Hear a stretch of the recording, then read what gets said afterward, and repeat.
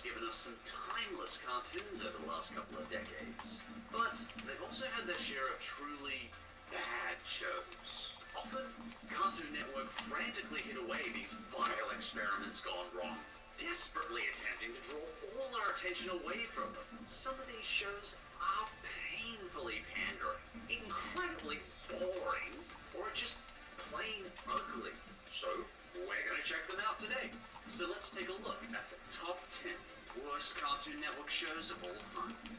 As always, if you do like these shows, that's great. It's nice that you can enjoy something that I just can't. And in the end, it's just my silly personal opinion. With that said, on to the countdown. Number 10.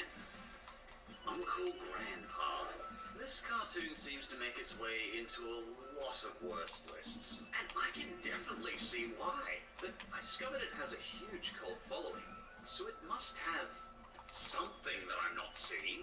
The entire show is like seeing Rebecca Sugar's hyperactive psychotic brother on LSD.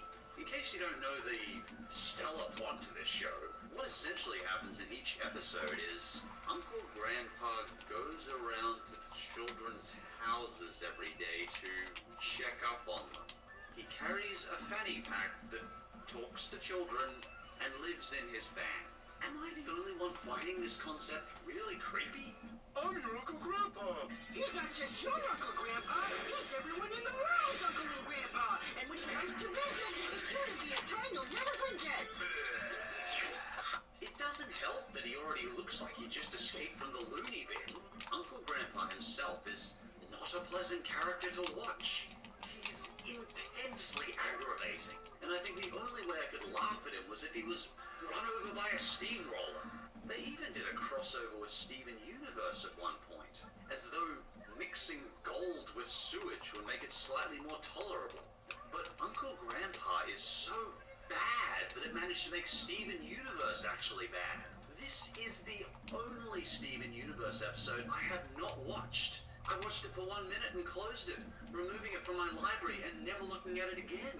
This cartoon is so astonishingly awful that it can manage to soil the record of one of my favorite cartoons of all time. Clearly, though, I'm in the minority, as this sewage pipe of a show has leaked out 4 more seasons.